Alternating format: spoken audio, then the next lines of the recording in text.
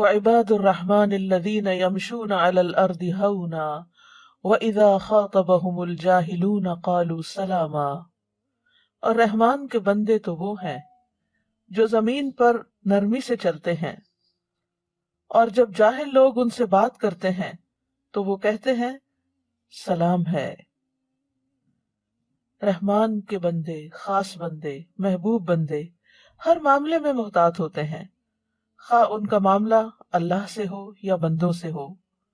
ان کے اندر عاجزی اور تواضع ہوتی ہے جو ان کی چال ڈھال اور گفتگو میں نمایاں طور پر نظر آتی ہے۔ مومن کا واسطہ جب کسی انسان سے پیش آتا ہے، خواہ وہ طاقتور ہو یا کمزور، تو وہ محتاط انداز سے وہ سارے حقوق ادا کرتا ہے جو اللہ نے ایک انسان کے لیے دوسرے انسان پر مقرر کیے ہیں، اور اس کے اندر مہربانی اور نرمی کے جذبات پائے جاتے ہیں۔ وہ دوسروں کے لیے وہی پسند کرتا ہے جو اپنے لیے کرتا ہے، عام معاملات ہوں یا جذباتی معاملات ہوں۔ وہ ہر حال میں اپنے آپ کو ایک ڈسپلن میں رکھتا ہے، وہ اپنے آپ کو بے لگام نہیں سمجھتا، ہر حال میں مثبت رویے کو اپناتا ہے۔ اللہ سبحانہ تعالیٰ نے جس طرح عبادت کے طریقے سکھائے ہیں، اسی طرح دوسرے انسانوں سے معاملہ کرنے کے طریقے بھی بتائے ہیں جن پر چل کر انسان دنیا اور آخرت کی سعادت مندی کو پا سکتا ہے، انسانوں سے بھی خوشگوار تعلقات اور اللہ کی نظر میں بھی محبوب بن سکتا ہے۔ تو آج ہم سورۃ الفرقان کی آیت نمبر 63 کا مطالعہ کریں گے، رحمان کے بندوں کی دو خصوصیات کے بارے میں۔ عباد الرحمن و عباد الرحمن، اور رحمان کے بندے۔ رحمان کی طرف ان کی اضافت جو ہے وہ تکریم اور شرف کے لیے ہے، عزت کے لیے ہے، اور ان میں سب سے پہلے اصحاب رسول آتے ہیں جو ان صفات سے متصف تھے۔ اور عباد کا لفظ جو ہے یہ عبد سے ہے، عبد عبادت سے، عبودیت سے۔ تو عبودیت کی دو قسمیں ہوتی ہیں، دو طرح کے بندے ہوتے ہیں، ایک عام بندے ہوتے ہیں اور ایک خاص بندے ہوتے ہیں۔ عام بندوں میں مسلمان، کافر، نیک، بند، تمام مخلوق مشترک ہے، تمام مخلوق اللہ کی غلام ہے، اس کی ربوبیت کی محتاج ہے، اس کے انتظام کے تحت ہے۔ ان کل من فی السماوات والارض الا آتی الرحمن عبدا، آسمانوں اور زمین میں جو کوئی بھی ہے وہ رحمان کے پاس غلام بن کر آنے والا ہے، عبد بن کر آنے والا ہے۔ تو یہ عام عبودیت ہے۔ اور دوسری خاص عبودیت، یہ اللہ کے انبیاء اور مرسلین اور اس کے اولیاء کی عبودیت ہے۔ اور یہاں اس آیت میں عبودیت کی یہی قسم مراد ہے، اس لیے اللہ نے اس کی اضافت اپنے اسم مبارک الرحمن کی طرف کی، جو اس بات کی طرف اشارہ ہے کہ وہ اللہ کی رحمت کے سبب سے اس مقام پہ پہنچے ہیں۔ اللہ سبحانہ تعالیٰ نے ان کی صفات کا ذکر کیا اور ان کی تعریف کی۔ تو رحمان کے بندوں کی صفت کیا ہے؟ وَعِبَادُ الرَّحْمَنِ الَّذِينَ يَمْشُونَ عَلَى الْأَرْضِ هَوْنًا، رحمان کے بندے وہ ہیں کہ جو زمین پر سکینت کے ساتھ، عاجزی کے ساتھ چلتے ہیں، اور جب ناسمجھ لوگ ان کو اذیت دیتے ہوئے جہالت سے بات کرتے ہیں تو وہ بہت بہترین انداز سے جواب دیتے ہیں، ان سے اس طرح مخاطب ہوتے ہیں کہ خود کو گناہ سے سلامت رکھتے ہیں، ان کی جہالت کے مقابلے میں جہالت نہیں برتتے۔ تو یہ رحمان کے بندوں کی یہاں پہلی صفت بیان ہوئی کہ الذین یمشون علی الارض ہونا، کہ زمین پر آہستگی سے چلتے ہیں۔ یعنی ایک تو کسی کام کے لیے چلنا ہوتا ہے، اور ایک یہ کہ زندگی کی راہوں پہ چلنا، کہ کسی بھی طرح کا معاملہ ہو صبر و تحمل سے کام لیتے ہیں، عاجزی اور انکساری سے اور ٹھہراؤ سے معاملہ کرتے ہیں۔ یعنی کہیں داخل ہونے سے پہلے یہ دیکھتے ہیں کہ وہاں سے نکلنا کیسے ہے، اور سوچ بچار کے ساتھ، سمجھداری کے ساتھ، حلم اور تواضع کے ساتھ اللہ اور مخلوق کے سامنے بہت پرسکون اور متواضع ہوتے ہیں۔ وقار، سکون، اور اللہ کے بندوں کے سامنے اور اللہ سبحانہ تعالیٰ کے سامنے عاجزی اور انکساری ان کا وصف ہوتا ہے۔ اور ہونن کا لفظ جو ہے یہ حین کا مصدر ہے، اس کا مطلب ہے سکینت اور وقار، یعنی زمین پر سکینت اور وقار اور تحمل سے چلتے ہیں، میانہ روی کے ساتھ چلتے ہیں۔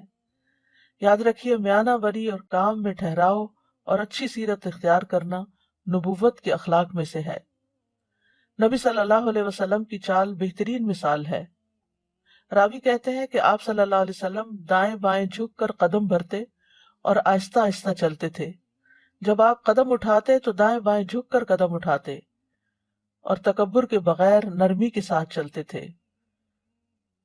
آپ کندھے نہیں ہلاتے تھے، یعنی کسی قسم کے اکڑ پن یا تکبر کا اظہار نہیں ہوتا تھا، سکون اور وقار کے ساتھ۔ امام ابن کثیر کہتے ہیں کہ سکون اور وقار کے ساتھ چلتے ہیں، جیسا کہ اللہ تعالیٰ کا فرمان ہے وَلَا تَمْشِ فِي الْأَرْضِ مَرَحًا إِنَّكَ لَن تَخْرِقَ الْأَرْضَ وَلَن تَبْلُغَ الْجِبَالَ طُولًا۔ لقمان حکیم نے اپنے بیٹے کو نصیحت کی تھی، اور زمین میں اکڑ کر نہ چل، بے شک نہ تو کبھی زمین کو پھاڑے گا اور نہ کبھی لمبائی میں پہاڑوں تک پہنچے گا۔ لیکن اس سے مراد یہ بھی نہیں کہ انسان بیماروں کی طرح چلے، تصنع اور ریاکاری کے ساتھ مریضوں کی طرح چلتے ہوئے اپنی عاجزی کا اظہار کرے۔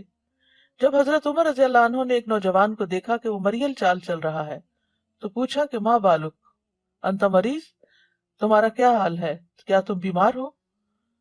اس نے کہا نہیں، بیمار تو نہیں۔ تو حضرت عمر رضی اللہ عنہ نے اس کو کوڑا مارا اور حکم دیا کہ قوت سے چلو۔ تو ریاکاروں کی طرح چلنا، مسکینوں کی طرح چلنا اور فقیرانہ شکل بنا کر چلنا، یہ یہاں مراد نہیں ہے، کیونکہ نبی صلی اللہ علیہ وسلم تیز چلتے تھے، مضبوطی کے ساتھ چلتے تھے۔ آپ جب بھی چلتے تو زمین سے اپنا قدم اٹھا کر چلتے تھے، یعنی پاؤں گھسیٹ گھسیٹ کے نہیں چلتے تھے۔ آپ دائیں بائیں یوں جھکتے ہوئے چلتے تھے گویا کہ بلندی سے نیچے اتر رہے ہوں، یعنی ذرا سا آگے کی طرف جھکاؤ ہوتا تھا۔ تو یہ لوگ جو رحمان کے خاص بندے ہیں، ان کے اندر اکڑ، فخر، تکبر، غرور نہیں ہوتا، بلکہ نرمی، سکینت اور تواضع ہوتا ہے۔ نہ یہ پاؤں پٹک کر چلتے ہیں، نہ شور مچا کر، اور نہ ہی پاؤں مار مار کے۔ زہری کہتے ہیں کہ تیز چلنے سے چہرے کی رونق ختم ہو جاتی ہے۔ ابن عطیہ کہتے ہیں کہ ان کی مراد بہت زیادہ تیز چلنا ہے، کیونکہ بہت زیادہ تیز چلنا وقار میں خلل پیدا کر دیتا ہے اور درمیانہ روی اختیار کرنے میں ہی بہتری ہے۔ قشیری نے کہا کہ ایک قول یہ ہے کہ وہ فساد پھیلانے کے لیے اور نافرمانی کرنے کے لیے نہیں چلتے، بلکہ اللہ کی اطاعت میں اور مباح کاموں میں چلتے ہیں، اور کسی حماقت میں پڑنے کے لیے نہیں چلتے۔ زید بن اسلم کہتے ہیں کہ میں اللہ تعالیٰ کے فرمان الذین یمشون علی الارض ہونا کی تفسیر کے متعلق پوچھتا رہا، تو مجھے کہیں سے اس کے بارے میں تسلی بخش جواب نہ ملا۔ تو میں نے خواب میں دیکھا کہ کوئی شخص میرے پاس آیا اور اس نے کہا کہ اس سے مراد وہ لوگ ہیں جو زمین میں فساد نہیں پھیلانا چاہتے، یعنی زمین میں خود بھی پرسکون رہتے ہیں اور دوسروں کو بھی پرسکون رکھتے ہیں۔ حقیقت یہ ہے کہ چال انسانی شخصیت کی عکاس ہوتی ہے کہ انسان کے دماغ میں کیا ہے، کس قسم کا انسان ہے، اس کے ضمیر کی بھی پوری عکاسی کر دیتی ہے۔ ایک شریف و نفس انسان کی چال اور قسم کی ہوتی ہے، ظالم و جابر کی اور قسم کی، متکبر اور شیخی باز لوگوں کی اور قسم کی۔ تو گویا انسان اپنی چال سے پہلی نظر میں ہی پہچانا جاتا ہے کہ یہ کس کیٹیگری سے تعلق رکھتا ہے، انسانوں کے کس طبقے سے اس کا تعلق ہے۔ مومن کے نہ صرف یہ کہ چال بلکہ اس کے ہر عضو سے عاجزی ٹپکتی ہے۔ عبداللہ بن مبارک حسن بصری سے روایت کرتے ہوئے کہتے ہیں مومنین عاجزی کرنے والے ہوتے ہیں، ان کے سننے، دیکھنے اور اعضاء سے یہ جھکاؤ اور عاجزی جھلکتی ہے، یہاں تک کہ تم سمجھو گے کہ جیسے بیمار ہیں، لیکن وہ بیمار نہیں ہوتے، بلکہ ان کے دلوں میں جو خوف الہی ہوتا ہے وہ دوسروں میں نہیں ہوتا۔ جیسا کہ اللہ تعالیٰ کا فرمان ہے الحمدللہ الذی اذہب عنا الحزن، اللہ کی تعریف، سب تعریف اللہ کے لیے، سب شکر اس کے لیے جو ہم سے غم کو دور لے گیا۔ یعنی مومن بندے جو ہیں وہ دنیا میں آخرت کے غم کے ساتھ جیتے ہیں اور قیامت کے دن شکر ادا کریں گے کہ ہمارا یہ غم دور ہو گیا۔ تو اس غم کی وجہ سے ان کے اندر ایک عاجزی ہوتی ہے۔ زجاج کہتے ہیں کہ اس سے مراد صرف زمین پہ چلنا ہی نہیں بلکہ لوگوں سے معاملہ اور معاشرت میں ان میں ملنے جلنے کا ذکر ہے، یعنی ہوا معاشرت الناس و خلطتہم، کہ ان کے ساتھ میل ملاپ ان کا کیسے ہے۔ چال کے بعد جو اہم چیز نوٹسبل ہوتی ہے وہ انسان کی گفتگو ہوتی ہے. وَإِذَا خَاطَبَهُمُ الْجَاهِلُونَ قَالُوا سَلَامًا، اور جب جاہل ان سے بات کرتے ہیں، معاملہ کرتے ہیں، تو وہ سلام کہہ دیتے ہیں. یہاں اسی آیت کے اندر یہ دوسری صفت بیان ہو رہی ہے کہ وہ جاہلوں کی بات کا جواب نہیں دیتے، بلکہ ایسی بات کہتے ہیں جب وہ حماقت کا مظاہرہ کرتے ہیں تو خیر کی بات کرتے ہیں، خیر کا کلمہ منہ سے نکالتے ہیں، لڑائی جھگڑا چھیڑ کر نہیں بیٹھ جاتے. رحمان کے بندوں کے لیے رسول اللہ صلی اللہ علیہ وسلم کی ذات میں بہترین نمونہ ہے، جن کی بردباری جہالت پر غالب تھی اور جاہل کی سختی ان کی بردباری میں اور اضافہ کرتی تھی. مراد اس سے یہ ہے کہ جاہلوں کی گفتگو کا مقابلہ اچھی گفتگو سے کرنے والے ہیں. یعنی جب ان کے ساتھ جاہل لوگ حماقت اور بے ادبی کے ساتھ گفتگو کرتے ہیں، روڈنس دکھاتے ہیں، تو وہ اس کا مقابلہ ویسی ہی گفتگو کے ساتھ نہیں کرتے، بلکہ وہ اچھی بات کے ساتھ ان کا مقابلہ کرتے ہیں. جیسا کہ اللہ تعالیٰ نے ایک اور آیت میں فرمایا وَإِذَا سَمِعُوا اللَّغْوَ أَعْرَضُوا عَنْهُ وَقَالُوا لَنَا أَعْمَالُنَا وَلَكُمْ أَعْمَالُكُمْ سَلَامٌ عَلَيْكُمْ لَا نَبْتَغِي الْجَاهِلِينَ. اور جب وہ لغو بات سنتے ہیں تو اس سے کنارہ کرتے ہیں اور کہتے ہیں کہ ہمارے لیے ہمارے اعمال ہیں اور تمہارے لیے تمہارے اعمال، سلام ہے تم پر، ہم جاہلوں کو نہیں چاہتے. اب یہ جو سلام ہے، تو سلام سے مراد صرف یہ نہیں کہ کوئی وہ جھگڑا کر رہے ہیں تو السلام علیکم کہہ دیتے ہیں. مراد اس سے بحث ترک کر دینا ہے، بحث چھوڑ دینا، اعراض چھوڑ دینا ہے. یعنی اہل ایمان اہل جہالت سے الجھتے نہیں، بلکہ ایسے موقع پر پرہیز اور گریز کی پالیسی اختیار کرتے ہیں اور بے فائدہ بحث نہیں کرتے. مجاہد کہتے ہیں قالو سلامہ کا مطلب ہے کہ انہوں نے سیدھی بات کہی، قولوا قولا سدیدا. سعید بن جبیر کہتے ہیں انہوں نے اچھی بات کے ساتھ جواب دیا. حسن بصری کہتے ہیں یہ بردبار لوگ ہیں جو جہالت نہیں کرتے، اگر ان کے خلاف جہالت سے کام لیا جائے تو وہ بردباری دکھاتے، تحمل دکھاتے ہیں. یہاں رحمان کے بندوں کے حلم کی تعریف ہو رہی ہے کہ وہ برائی کے بدلے میں احسان، جاہل سے عفو درگزر اور اسی طرح کی دیگر اچھی اخلاقیات نے انہیں ان کے بلند مقام پہ فائز کیا کہ وہ رحمان کے بندے کہلائے. کیونکہ حلم کا اپنانا، بردباری کا اپنانا بلند اخلاق میں سے ہے. لوگوں کی تکلیف دہ باتوں پر صبر کرنا، ان کی جہالت سے اعراض برتنا، اگنور کر دینا، یہ بلند درجات کی نشانی ہے. احمق لوگوں کے مرتبے پہ نیچے اترنا کم عقل لوگوں کی ایک قسم ہے، ایسے شخص عقل سے عاری ہیں. عالم اور جاہل کا فرق یہی ہے، عالم کہتا ہے میں نہیں جانتا، I don't know، اور جاہل اپنے علم کے دعوے دار ہونے پہ ڈٹا رہتا ہے کہ جو بات میں کہہ رہا ہوں یہی بات ٹھیک ہے. علی ابن ابی طالب رضی اللہ عنہ کہتے ہیں کہ جاہل 6 عادات سے پہچانا جاتا ہے، چاہے اس نے کتنی کتابیں رٹ رکھی ہوں. 6 عادات. نمبر 1، وہ معمولی باتوں پہ غضبناک ہو جاتا ہے، چھوٹی سی بات اس کو ٹریگر کر دیتی ہے اور وہ انتہائی غیظ و غضب اور غصے کا شکار ہو جاتا ہے. نمبر 2، وہ بے فائدہ کلام کرتا ہے، فضول باتیں. نمبر 3، غیر مناسب مقام پر عطیات دیتا ہے، یعنی جس کا حق نہ ہو اس کو عطیہ دیتا ہے. نمبر 4، دوست اور دشمن کی پہچان نہیں رکھتا، اس کو یہ نہیں سمجھ آتی کہ کون میرا دوست ہے کون میرا دشمن ہے. نمبر 5، راز افشا کر دیتا ہے، یعنی اگر آپ اس کو کوئی بات بتائیں اور اس سے کہیں کہ یہ کسی سے نہیں کرنی تو اس کو سمجھ نہیں آتی، وہ سارے راز کھول دیتا ہے. نمبر 6، ہر کسی پہ بھروسہ کر لیتا ہے. یہ آپ دیکھیں کہ حضرت علی بن ابی طالب رضی اللہ تعالیٰ عنہ ماشاءاللہ کتنی گہرائی کے ساتھ انہوں نے انسانی نفسیات کا جائزہ لیا اور جاہلوں کی 6 قسمیں یا 6 عادتیں یہاں پر بیان کر لی. اس میں ہم سب کو آئینہ دیکھنا چاہیے کہ کہیں اس میں سے کوئی چیز ہمارے اندر تو نہیں، کیونکہ ہم دوسروں میں تو جلدی دیکھ لیں گے لیکن اپنے اندر تو کہیں ایسی کوئی چیز نہیں. رحمان کے بندوں کا جاہلوں کے ساتھ کیا اخلاق ہوتا ہے؟ ابراہیم علیہ السلام کی مثال ہے. جب ان کے والد نے ابراہیم علیہ السلام سے کہا قال اراغب انت عن آلہتی یا ابراہیم لئن لم تنتہی لارجمنک واہجرنی ملیا قال سلام علیک ساستغفر لک ربی انہ کان بی حفیا۔ اس نے کہا کیا تو میرے معبودوں سے بے رغبتی کرنے والا ہے ابراہیم؟ یقیناً اگر تو باز نہ آیا تو میں ضرور ہی تجھے سنسار کر دوں گا، اور مجھے چھوڑ دو اس حال میں کہ تو صحیح سالم ہے۔ ابراہیم کا جواب دیکھیے علیہ السلام، کہا تجھ پر سلام ہو، میں اپنے رب سے تیرے لیے ضرور بخشش کی دعا کروں گا، بے شک وہ ہمیشہ سے مجھ پر بہت مہربان ہے۔ باپ کا رویہ دیکھیے اور بیٹے کا رویہ دیکھیے۔ تو خلیل علیہ السلام نے، یعنی ابراہیم علیہ السلام نے جو خلیل اللہ تھے، وہ جواب دیا جو رحمان کے بندے جاہلوں سے بات کرتے ہوئے دیتے۔ انہوں نے گالی نہیں دی، انہوں نے غصہ نہیں دکھایا، جذبات میں نہیں آئے، بلکہ صبر کیا، اور ایسی بات کے ساتھ باپ کا سامنا نہیں کیا جسے وہ ناپسند کرتا ہو۔ انہوں نے واقعی کہا سلام علیک۔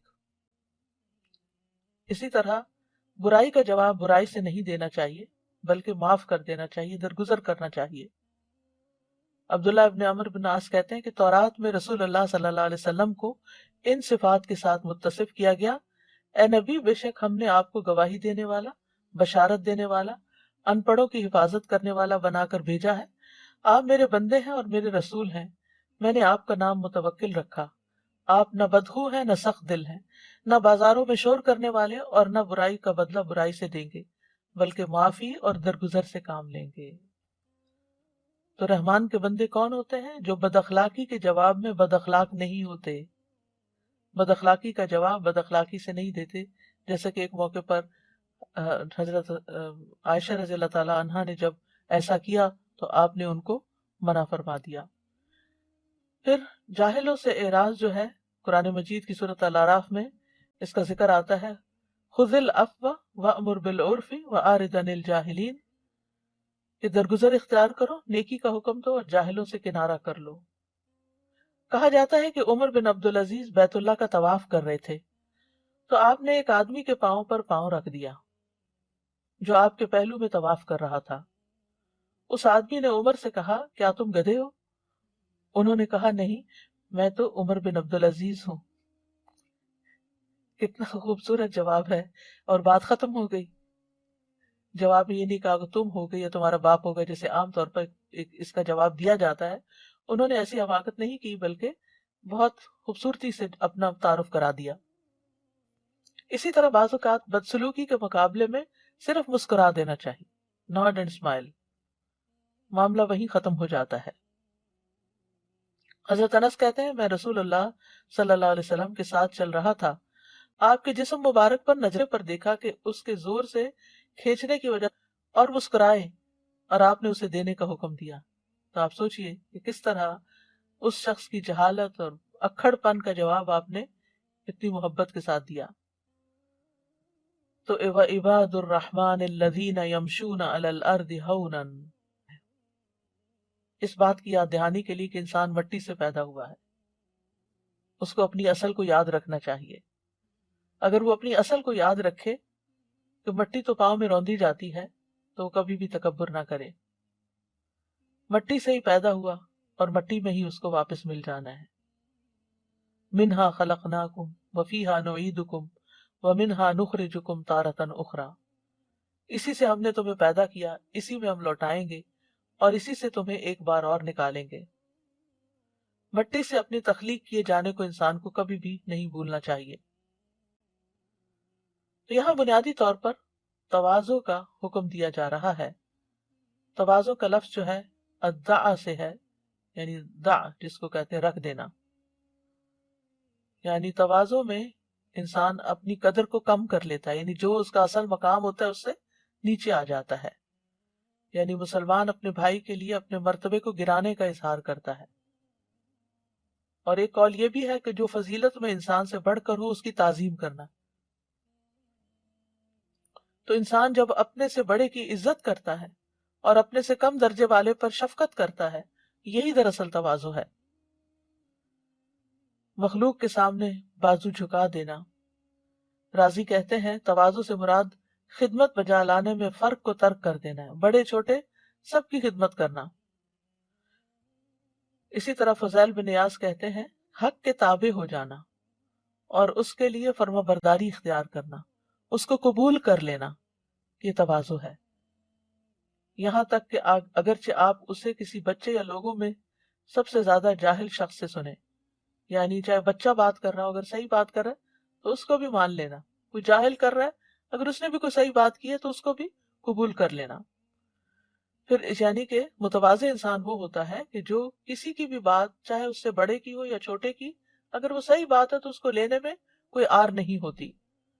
ابن قیم رحمہ اللہ کہتے ہیں آپ کے لیے تواضع کا مرتبہ اس وقت تک درست نہیں ہو سکتا جب تک آپ حق کو ان لوگوں سے نہ سنیں جن سے آپ محبت کرتے ہیں، اور ان سے بھی جن سے آپ نفرت کرتے ہیں، کیونکہ عام طور پر جن سے ہم محبت کرتے ہیں ان کی حق بات کو تو ہم خوشی سے لے لیتے ہیں، لیکن جن سے ہمیں نفرت ہوتی ہے ان کو، ان کی بات سچ بھی ہو تو ہمیں بہت کڑوی لگ جاتی ہے اور اس کو ہم قبول نہیں کرتے۔ اور اسی طرح وہ کہتے ہیں کہ آپ اسی طرح اپنے دشمن سے حق کو قبول کریں جس طرح اپنے دوست سے حق کو قبول کرتے ہیں، یہ ہے اصل تواضع۔ یعنی تواضع یہ ہے کہ جب حق آ جائے سامنے تو اس کو قبول کر لیا جائے، اور جب کسی کا حق آپ کے ذمے ہو تو اس کو ادا کر دیں، کسی کی دشمنی اس بارے میں مانے نہ ہو کہ انسان اس کا حق ادا کرنے سے رک جائے۔ فضیل بن نیاز سے تواضع کے بارے میں پوچھا گیا تو انہوں نے کہا یہ وہ شخص ہے جو حق کے تابع ہو اور وہ حق کے مطیع ہو جائے، اور جو اس کو حق بات کہے اس کو قبول کر لے۔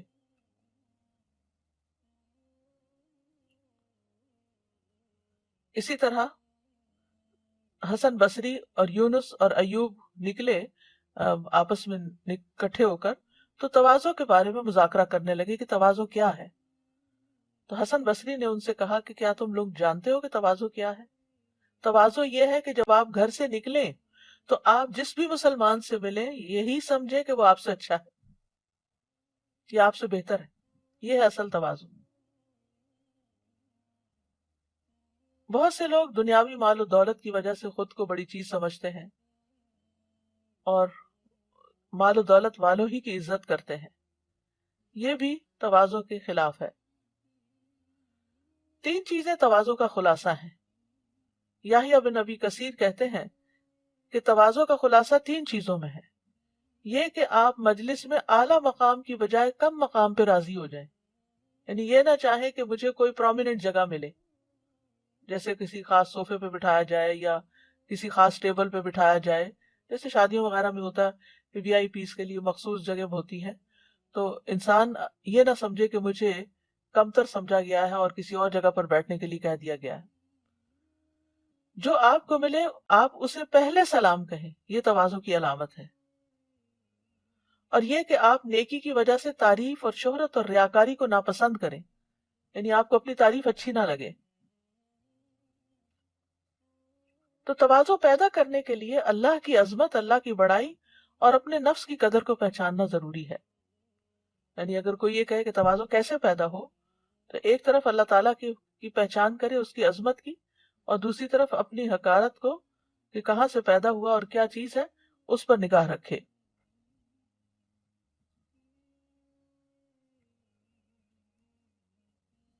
پھر اسی طرح تواضع کا یہ مطلب نہیں کہ انسان خود کو ذلیل کرے، تواضع اور ذلت میں فرق ہے۔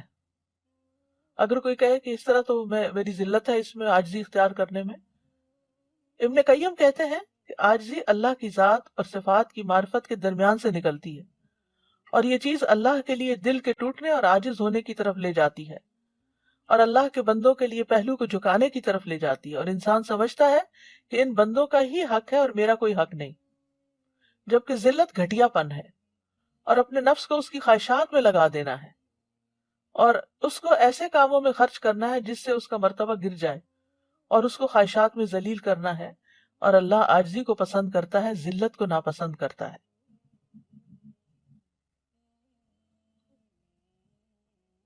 عاجزی اور تواضع ہمارے دین میں بہت اہمیت کا حامل ہے۔ نبی صلی اللہ علیہ وسلم کی صفت تھی فَبِمَا رَحْمَةٍ مِّنَ اللَّهِ لِنْتَ لَهُمْ، بس اللہ کی طرف سے بڑی رحمت ہے کہ آپ ان کے لیے نرم ہیں، یعنی آپ کے اخلاق کی تعریف کی گئی۔ آپ کو حکم دیا گیا وَخْفِضْ جَنَاحَكَ لِمَنِ وَاخْفِضْ جَنَاحَكَ لِمَنِ اتَّبَعَكَ مِنَ الْمُؤْمِنِينَ، اور ایمان لانے والوں میں سے جو آپ کی اتباع کریں ان سے تواضع سے پیش آئیں. والدین کے لیے تواضع اختیار کی جائے. وَاخْفِضْ لَهُمَا جَنَاحَ الذُّلِّ مِنَ الرَّحْمَةِ وَقُلْ رَبِّ ارْحَمْهُمَا كَمَا رَبَّيَانِي صَغِيرًا، اور ان پر رحم کرتے ہوئے یعنی والدین پر انکساری سے ان کے آگے جھکے رہو اور ان کے حق میں دعا کرو، اے میرے رب ان پر رحم فرما جیسا کہ انہوں نے بچپن میں مجھے محبت و شفقت سے پالا تھا. یہ تمام انبیاء کی صفت بھی ہے. حضرت یحییٰ علیہ السلام کہتے ہیں وَبَرًّا بِوَالِدَتِي وَلَمْ يَجْعَلْنِي جَبَّارًا شَقِيًّا، یعنی یہ حکم دیا کہ میں اپنی والدہ سے بہتر سلوک کرتا رہوں، یہ اور نیز یہ کہ مجھے اللہ نے جابر اور بدبخت نہیں بنایا. عیسیٰ علیہ السلام کے بارے میں آتا ہے رسول اللہ صلی اللہ علیہ وسلم نے فرمایا جو عیسیٰ علیہ السلام کی تواضع دیکھ کر خوش ہونا چاہتا ہے وہ ابو ذر کو دیکھ لے، ابو ذر رضی اللہ عنہ کو. اللہ سبحانہ وتعالیٰ نے نبیوں میں عاجزی پیدا کرنے کے لیے ان کو بکریاں چرانے کا حکم دیا. تمام انبیاء بکریاں چراتے تھے. حدیث میں آتا ہے اللہ نے کوئی ایسا نبی نہیں بھیجا جس نے بکریاں نہ چرائی ہوں. اس پر صحابہ نے آپ سے پوچھا آپ نے بھی چرائی ہیں؟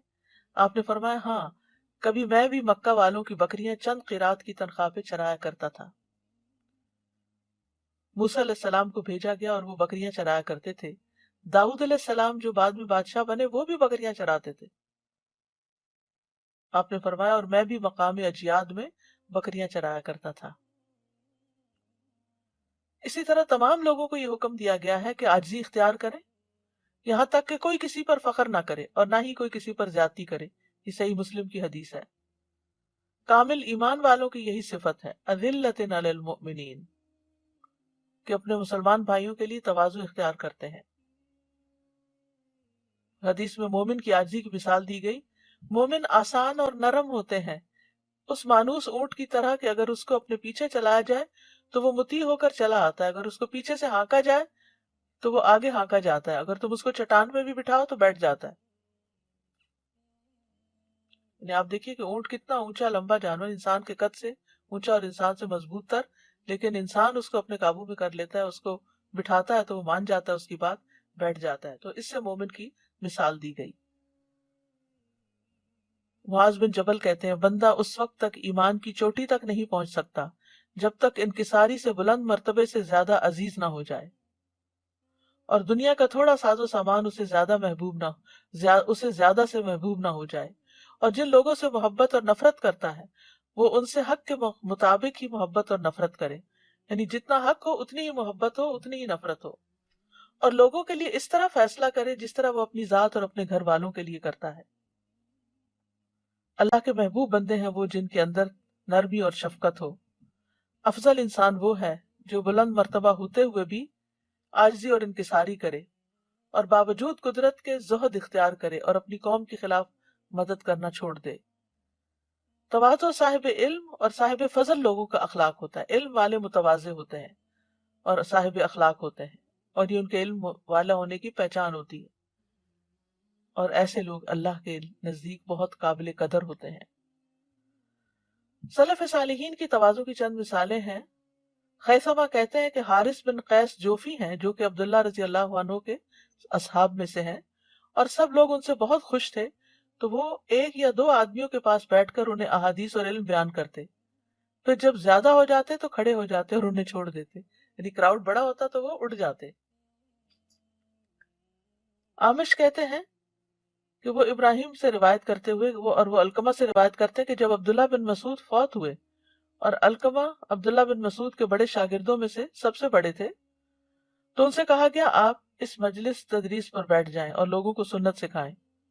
تو انہوں نے کہا کیا تم چاہتے ہو کہ میری ایڑیوں کو روندا جائے، یعنی لوگ میرے پیچھے پیچھے چلیں اور میں سردار بن کر آگے آگے چلوں؟ نہیں، ایسا نہیں ہو سکتا.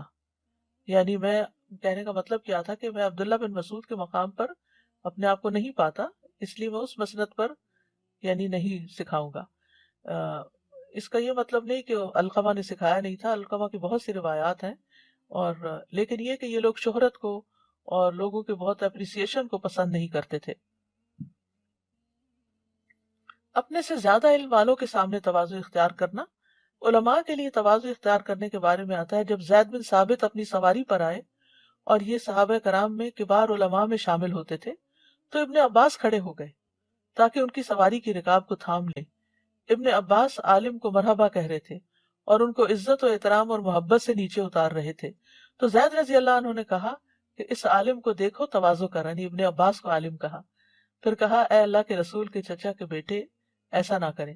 تو عبداللہ بن عباس رضی اللہ عنہ نے کہا کہ ہمیں اپنے علماء کے ساتھ ایسا ہی کرنے کا حکم دیا گیا ہے کہ ہم عالم کی طرف جائیں، ان کے لیے کھڑے ہوں، ان کا استقبال کریں، ان کو سواری سے نیچے اتاریں، ان کی مدد کریں، ان کا سامان اتاریں۔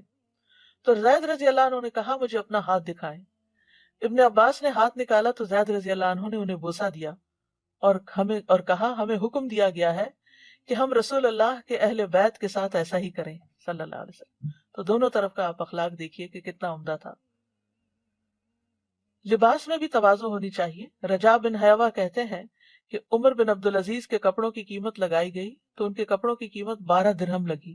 ان کے کپڑوں میں ایک لمبا چوغا، پگڑی، قمیص اور شلوار اور اوپر لینے والی چادر، 2 موزے اور ٹوپی تھی، یعنی کوئی بہت بڑا ساز و سامان نہیں تھا۔ تواضع کے کچھ فائدے بھی ہیں، یعنی جو دنیا میں نظر آتے ہیں، آخرت میں تو ہے ہی ہے، کیونکہ اللہ تعالیٰ کو بندے کا عبد ہونا سب سے زیادہ پسند ہے۔ یعنی بندہ اپنے سب سے بڑے مقام پر اس وقت ہوتا ہے جب وہ سجدے میں ہوتا ہے، تواضع اختیار کر رہا ہوتا ہے۔ تواضع اختیار کرنے سے انسان کی عزت بڑھتی ہے۔ حدیث میں آتا ہے جو آدمی اللہ کے لیے تواضع اختیار کرتا ہے، اللہ عز و جل اسے بلندیاں عطا کرتا ہے۔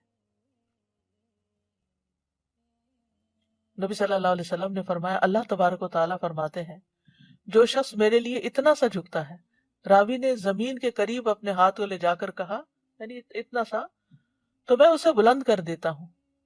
راوی نے آسمان کی طرف اپنا ہاتھ اٹھا کر دکھایا، یعنی جو اتنا سا بھی جھکتا ہے اللہ تعالیٰ اس کو اتنا بڑا کر دیتا ہے۔ قرآن مجید میں آتا ہے وَبَشِّرِ الْمُخْبِتِينَ، عاجزی کرنے والوں کو خوشخبری دے دیجئے۔ ایسے شخص پر آگ حرام ہے جو قریب رہنے والا، نرم اور آسان ہے، جنت میں لے جانے والی صفت ہے۔ تواضع اختیار کرنے والوں کے لیے آخرت میں بھی نعمتیں ہیں۔ تو تواضع کے فائدے کیا ہیں کہ انسان کی قدر و منزلت بلند ہوتی ہے، حق قبول کرنے اور اس پر عمل کی توفیق ہوتی ہے، حقیقی عزت ملتی ہے، اللہ کے ہاں بلند مقام ملتا ہے، بندوں کی محبت ملتی ہے، دین و دنیا کی مصلحت حاصل ہوتی ہے، اس سے عداوتیں ختم ہو جاتی ہیں، دشمنیاں ختم ہو جاتی ہیں، محبتیں پیدا ہو جاتی ہیں۔ اور جہاں تواضع نہیں ہوتا، انکساری نہیں ہوتی، تو وہاں کیا ہوتا ہے؟ ایسا نہ کرنا، یعنی تواضع اختیار نہ کرنا، یہ ابلیس کی صفت ہے۔ ابا واستکبر وکان من الکافرین، اس نے انکار کیا اور تکبر کیا اور کافروں میں سے ہو گیا۔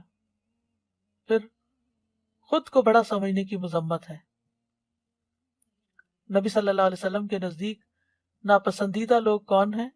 آپ نے فرمایا جو بلا سوچے، جو زیادہ باتیں کرتے ہیں، بلا سوچے سمجھے اور بلا احتیاط بولتے ہیں اور تکبر کرنے والے ہیں، یہ ہلاک کرنے والی صفت ہے۔ فرمایا 3 چیزیں ہلاک کرنے والی ہیں، جن میں سے ایک بڑائی خورا ہونا، اپنے آپ کو بڑی چیز سمجھنا۔ لوگوں کو حقیر سمجھنے کی مذمت کی گئی ہے۔ جو شخص خود کو بڑی چیز سمجھتا ہے پھر لوگوں کو چھوٹا سمجھتا ہے۔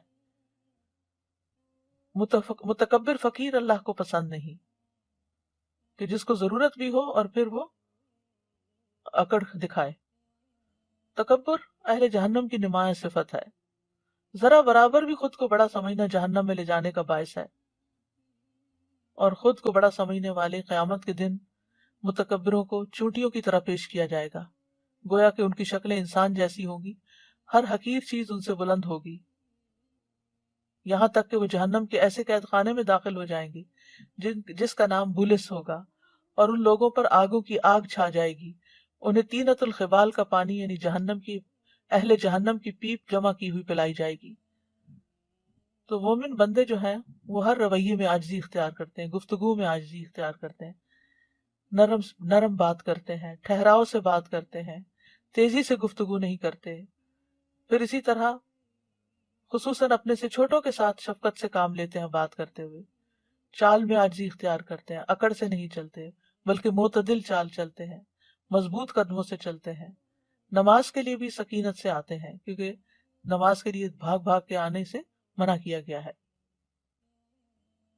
اٹھنے بیٹھنے میں عاجزی اختیار کرتے ہیں، معمولی جگہ پر بیٹھنے کو برا نہیں سمجھتے، بیٹھنے میں بھی عاجزی کا یعنی عاجزانہ طریقے سے بیٹھتے ہیں، مجلس میں دوسروں کو بھی جگہ دیتے ہیں، پھر کھانے پینے میں عاجزی اختیار کرتے ہیں، تکبر نہیں کرتے۔ کلوا واشربوا ولا تسرفوا انہ لا يحب المسرفین، کیونکہ اسراف جو ہے وہ تکبر والوں کا پیشہ ہے۔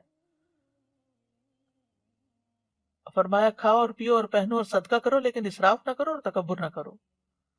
جو میسر ہو وہ کھا لیتے ہیں، کھانے پینے میں زہد اختیار کرتے ہیں، پیٹ بھر کر نہیں کھاتے۔ کھانا نہ ملنے پر روزہ رکھ لینا۔ نبی صلی اللہ علیہ وسلم کے پاس جب نبی صلی اللہ علیہ وسلم گھر آئے ایک دفعہ، حضرت عائشہ سے کہا کیا تمہارے پاس کچھ ہے؟ تو وہ عرض کرتی ہیں کہ اللہ کے رسول ہمارے پاس تو کچھ بھی نہیں۔ آپ نے فرمایا تو میں پھر روزہ رکھ لیتا ہوں۔ آپ دیکھیے کہ آج اگر کوئی شوہر گھر میں آئے اور بیوی سے پوچھے کچھ کھانا پکا ہوا ہے اور وہ اگر کہہ دے کہ نہیں، تو پھر آپ دیکھیے کہ کیا صورت ہوتی ہے۔ عام طور پر انہی چیزوں سے گھروں میں لڑائیاں اور فساد پیدا ہو جاتے ہیں۔ پھر کھاتے ہوئے اگر کوئی لقمہ گر جائے تو اٹھا کے کھانے میں صاف کر کے اور محسوس نہیں کرتے، کھانے میں عیب نہیں نکالتے، کھانے میں دوسروں کو بھی شامل کر لیتے ہیں، یتیم اور مسکین کو ساتھ بٹھا کر کھلا لیتے ہیں، معمولی لوگوں کی دعوت بھی قبول کر لیتے ہیں، معمولی کھانے کی دعوت کو بھی قبول کر لیتے ہیں، ٹیک لگا کے نہیں کھاتے، سونے چاندی کے برتنوں میں نہیں کھاتے۔ پھر لباس میں بھی عاجزی اور تواضع۔ انبیاء علیہ السلام کی بہت یعنی سادہ زندگی ہوتی تھی، کوئی بہت برانڈڈ کلوتھس نہیں پہنتے تھے۔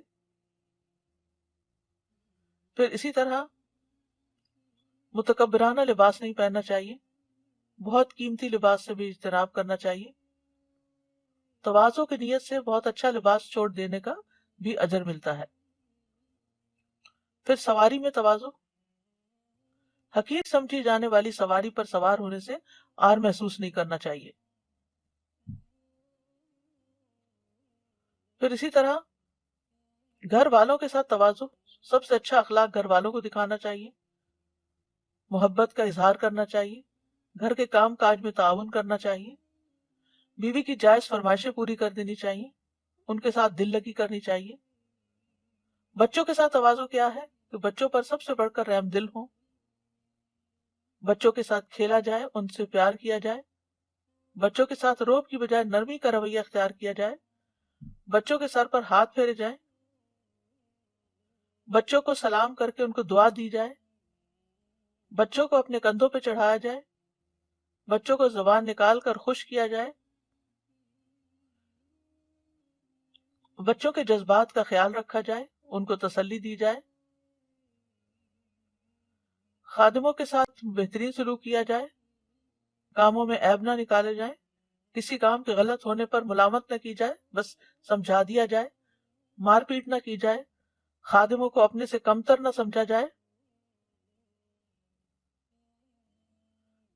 لوگوں کے ساتھ معاملہ کرنے میں لوگوں سے تواضع کے ساتھ پیش آتے ہیں اہل عباد الرحمان، اور منہ موڑ کے بات نہیں کرتے، لوگوں سے اچھے اخلاق سے پیش آتے ہیں، بڑوں کی عزت کرنا، چھوٹوں پر شفقت کرنا، کمزور لوگوں کا خیال رکھنا، لوگوں کی رسائی آسان کر دینا، لوگوں کی ضروریات کا خیال رکھنا، لوگوں کی حاجات پوری کر دینا، لوگوں سے درگزر کرنا، کسی تکلیف پر اس کے ساتھ احسان کرنا، کوئی غلطی سے آگاہ کرے تو اس کو قبول کر لینا، یعنی یہ غلطی سننے کی ہمت ہونی چاہیے انسان کے اندر۔ پھر دعا بھی کرنی چاہیے۔ ایک تو مشہور دعا ہے یہ، سبحان ذی الجبروت والملکوت والکبریاء والعظمہ، تمام پاکی اس اللہ کے لیے جو طاقت اور سلطنت والا ہے اور کبریائی اور عظمت والا ہے، یعنی جو طاقت اور قوت والا ہے، سلطنت والا ہے، کبریائی اور عظمت والا بھی ہے۔ اللہ سبحانہ وتعالیٰ کے سامنے عاجزی کے کلمات اختیار کرنا، اللہم اسلمت نفسی الیک وفوضت امری الیک ووجہت وجہی الیک والجأت ظہری الیک رغبتا ورہبتا الیک لا ملجا ولا منجا منک الا الیک، آمنت بکتابک الذی انزلت ونبیک الذی ارسلت۔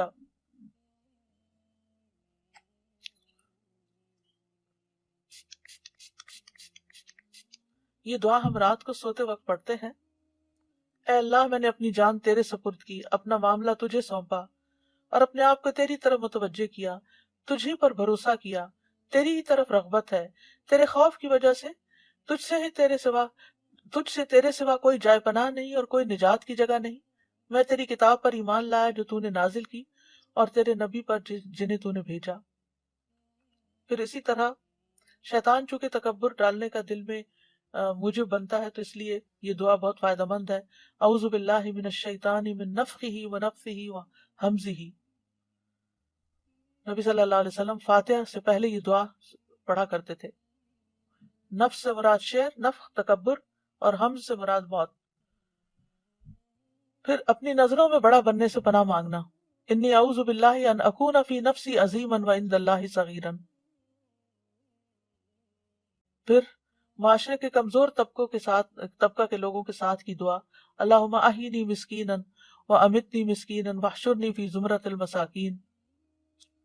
تو کرنے کے کام کیا ہے کہ ہر معاملے میں اپنے اندر نرمی پیدا کرنی ہے، کیونکہ ان اللہ یحب الرفق فی الامر کلہ، بے شک اللہ تمام معاملات میں نرمی کو پسند کرتا ہے۔ پھر اپنے اندر تحمل پیدا کریں، ٹھہراؤ پیدا کریں، اپنی ذات میں بڑا بننے کی نفی کریں، اپنی ذات سے بڑائی کی نفی کے لیے کبھی حقیر سمجھے جانے والے کام بھی کریں۔ آپ نے فرمایا اس کے اندر تکبر نہیں جو اپنے خادم کے ساتھ کھانا کھا لے، بازاروں میں گدھے پر سواری کر لے، اور بکری کو باندھ کر دودھ دو لے۔ پھر ایسے کاموں سے دور رہنا چاہیے جو انسان کے اندر تکبر پیدا کرتے ہوں۔ لوگوں کی تکلیف کے مقابلے میں تواضع اختیار کرتے ہوئے ان کو معاف کر دینا چاہیے۔ لوگوں کو آسانیاں دیں، اللہ آپ کو آسانی دے گا۔ سختی سے بچیں۔ اللہ سبحانہ وتعالی ہمیں ان تمام چیزوں پر عمل کی توفیق عطا فرمائے۔ وآخر دعوانا ان الحمد للہ رب العالمین۔ سبحانک اللہم وبحمدک، اشہد ان لا الہ الا انت، استغفرک واتوب الیک۔ السلام علیکم ورحمۃ اللہ وبرکاتہ۔ اللہ اکبر اللہ اکبر اللہ اکبر، لا الہ الا اللہ، اللہ اکبر اللہ اکبر وللہ الحمد، اللہ اکبر اللہ اکبر اللہ اکبر، لا الہ الا اللہ اکبر اللہ اکبر، لا الہ الا اللہ، اللہ اکبر اللہ اکبر وللہ الحمد۔